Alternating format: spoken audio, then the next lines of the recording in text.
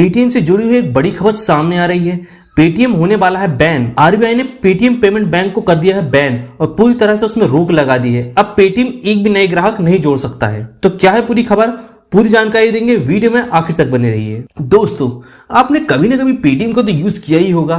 इसका यूज करके आप पेमेंट ट्रांसफर कर सकते हैं। सिर्फ क्यूआर कोड स्कैन करके एक जगह से दूसरी जगह पैसा ट्रांसफर कर सकते हैं और आपने ज्यादातर शॉपिंग में इसका यूज किया होगा। पर ऐसा क्या हुआ है कि आज ये पेटीएम बैन होने वाला है और ये कंपनी डूबती जा रही है। इसके शेयर प्राइस गिरते जा रहे हैं और कंपनी डूबने के कगार पर आ गई है। पूरी जानकारी देंगे, वीडियो में आखिर तक बने रहिए। अगर पेटीएम की मुसीबत की बात करें तो इसकी शुरुआत तब से हुई थी जब पेटीएम का आईपीओ लॉन्च हुआ था। पेटीएम का आईपीओ इतने ऊंचे दाम पर लॉन्च हुआ कि लोगों ने कहा कि भाई पेटीएम मत करो।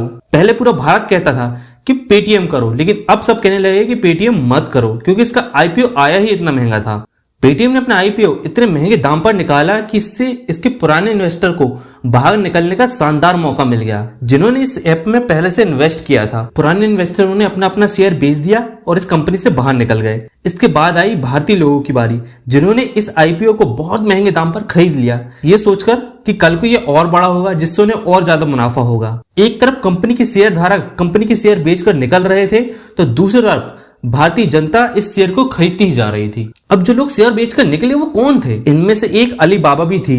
अलीबाबा की पेरेंट कंपनी एंट, इसने भी पेटीएम पर इन्वेस्ट किया था। ऐसे और भी विदेशी कंपनी थी जिसने पेटीएम पर इन्वेस्ट किया था और पेटीएम का आईपीओ आते ही इन्होंने अपना अपना शेयर बेचकर यहां से बाहर निकल गए। इस तरह बहुत सी विदेशी कंपनियां पेटीएम पर अपना शेयर बेचकर बाहर निकल गई। अगर पेटीएम के फाउंडर की बात करें, जो उसके ओरिजिनल फाउंडर हैं, तो वो हैं विजय शेखर शर्मा। वो भी अपना काफी हिस्सा पहले ही बेच चुके हैं, जिस कारण अब वो पेटीएम के फाउंडर और प्रमोटर नहीं रहे। उनके पास इतना कम हिस्सा रहा है कि अब वो कंपनी के प्रमोटर ही नहीं रहे हैं। और ये उस वक्त की बात है जब कंपनी का आईपीओ आया था। इसके बाद कंपनी लिस्ट हुई तो इसके भाव गिरने लगे और ये भाव कितने गिरे इसका अनुमान आप इस बात से लगा सकते हैं कि पेटीएम का आज की शेयर की कीमत 665 रुपए है, जबकि यही पेटीएम का यही आईपीओ जब लॉन्च हुआ था तो ये 2000 रुपए में लॉन्च हुआ था।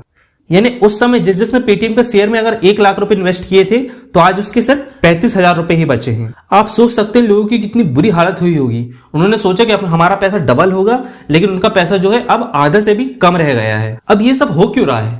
तो देखिए, ये सिंपल सा एक बिजनेस प्लानिंग है जहां लोगों को बेवकूफ बनाया गया है। एक ऐप बनाई गई जिसका नाम था पेटीएम, जो बहुत ही फेमस हुई, सबने इसका यूज किया और जो इसके ओरिजिनल फाउंडर थे उसने इसके ज्यादा से ज्यादा शेयर अपने पास रखे और शेयर बेचते गए। उन्होंने इतना ज्यादा शेयर बेच दिया कि आखिर में वो पेटीएम के प्रमोटर ही नहीं रहे।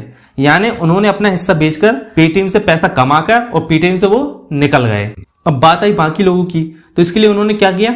उन्होंने पेटीएम का आईपीओ लॉन्च किया बहुत ही महंगे दाम पर, जिससे जो बाकी शेयर धारक थे, जो पुराने शेयर धारक थे, उन्होंने अपने अपने शेयर उस रेट में बेच दिया और आम जनता ने इतना महंगा शेयर खरीद लिया ये सोचकर कि कल को ये शेयर आगे बढ़ेगा। अब सवाल ये उठता है कि चलती फिरती कंपनी धड़ाम से कैसे गिर गई? तो इसका आंसर है लोग ने इस कंपनी पर आंख बंद करके इन्वेस्ट किया। ये सोचा ही नहीं कि जिसने ये कंपनी बनाई है वो है कहां, उसका कितना हिस्सा इस कंपनी के अंदर है। जो पेटीएम के ओरिजिनल प्रमोटर थे विजय शेखर शर्मा, उनका बहुत ही कम हिस्सा पेटीएम के अंदर बचा था। यानी जिसने कंपनी बनाया है अब वो खुद ही कंपनी का मालिक नहीं है। उसने अपने कंपनी के शेयर बेचकर अपना पैसा निकाल लिया है और बाकी लोग उस कंपनी में फंस गए हैं। यानी कंपनी तो है लेकिन उसकी चलाने की जिम्मेदारी कोई लेना नहीं चाहता, बस सब लोग उसका हिस्सा बेचकर पैसा कमाना चाहते हैं। और ऐसे पुराने इन्वेस्टरों के साथ भी हुआ, उन्होंने भी अपना हिस्सा बेच दिया इस 2000 रुपए शेयर के साथ।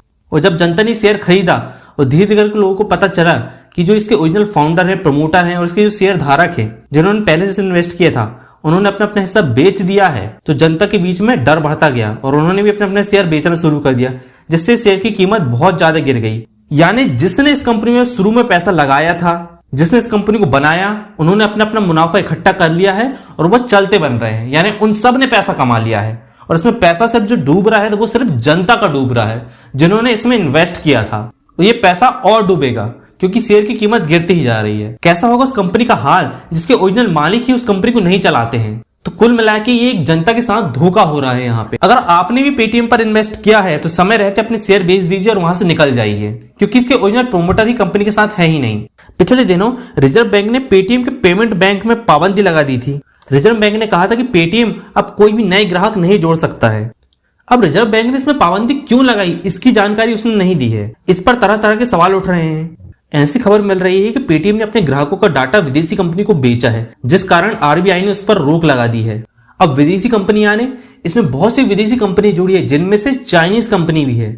यानी आपका सारा का सारा डाटा पेटीएम चाइनीज कंपनी और बहुत सी विदेशी कंपनी को बेच रहा है। आप क्या खरीदते हैं, क्या बेचते हैं, आपके खाते में कितने पैसे हैं, कितने आप निकालते हैं, कितने नहीं निकालते, कितना ट्रांसफर करते हैं, आपके खाते का पिन क्या है, आईडी क्या है, खाता नंबर क्या है, आप कहां रहते हैं, सारी की सारी जानकारी, पूरा का पूरा डाटा पेटीएम ने बेचा है।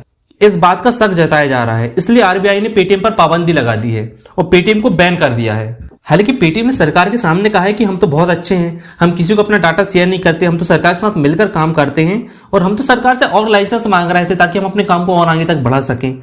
लेकिन ये पेटीएम की मुसीबत को कम नहीं कर रहा है और कंपनी इस वक्त भारी मुसीबत में पड़ चुकी है। और आरबीआई ने पिछले शुक्रवार को ही कहा है कि अब आप नए ग्राहक नहीं जोड़ सकते हैं पेटीएम पेमेंट बैंक में। और कोई भी पेमेंट बैंक के लिए ये बहुत ही बड़ी और बहुत ही बुरी खबर है कि अब नए ग्राहक नहीं जोड़ सकता है। इससे बुरा इफेक्ट ये भी पड़ रहा है कि पुराने ग्राहक पेटीएम को छोड़कर जा रहे हैं। अब पेटीएम ने आपका डाटा शेयर किया है, इसका मतलब ये नहीं कि उसने सिर्फ शेयर ही किया है, उसने आपका डाटा सीधा सीधा बेच दिया है, उसके बदले पैसे ले लिए हैं। इसलिए आरबीआई की नज़र पेटीएम के ऊपर है और उसने पेटीएम पर पाबंदी लगा दी है, क्योंकि ये देश की जनता के लिए बहुत ही बुरी खबर हो सकती है कि आपका डाटा बेचा। अगर आपको हमारा वीडियो अच्छा लगा है तो हमारे चैनल को सब्सक्राइब कीजिए। धन्यवाद।